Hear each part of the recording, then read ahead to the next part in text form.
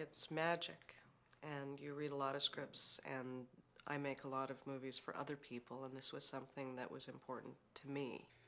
A 12-year-old boy who's facing Hodgkin's disease, and it's pretty difficult, especially for me, because me playing Owen I had a lot of doubts about how he was going to be played because, you know, I don't have Hodgkin's. I think it's always quite rewarding to find a script that occasionally takes the moral high ground. That's quite a reward these days, where most, I think, scripts pride themselves on being very modern and not taking a moral side, or particularly staying with an issue of any kind. But this one, there's such a lot of compassion in it. The idea of compassion is foremost in the writer's mind, I think. And I found that an elegant thought in these particular times. Yes, Mr. Rice does get exhumed, and it's a very weird scene, and you know, to name the movie after something like that, exhuming Mr. Rice, you think, gah! Well, the film has very gritty elements. It's going to be quite disturbing in places, I think, some of the things that happen. And at the same time, it has a really fantastical and magical quality as well.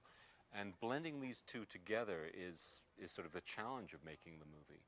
But I don't know how to say it. It just works. It's beautiful.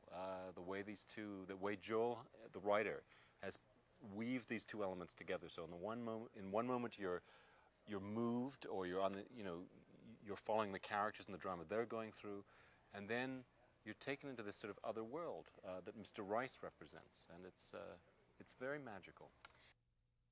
But that scene and the scenes surrounding it on either ends are actually they're very cool. They're key, but not noticeably. It's really, you got to think about it.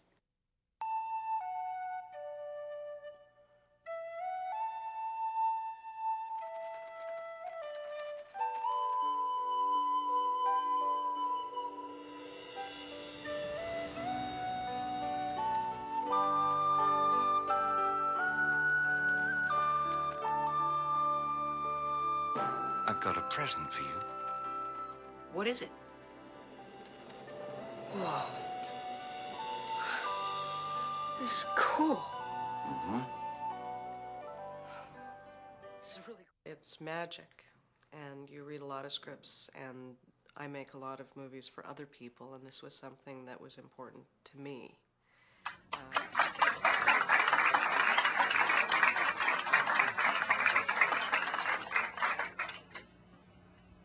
So that means that the two people, and they're not 1 and 2, they're 1 and 1A, are movie set and Cypress.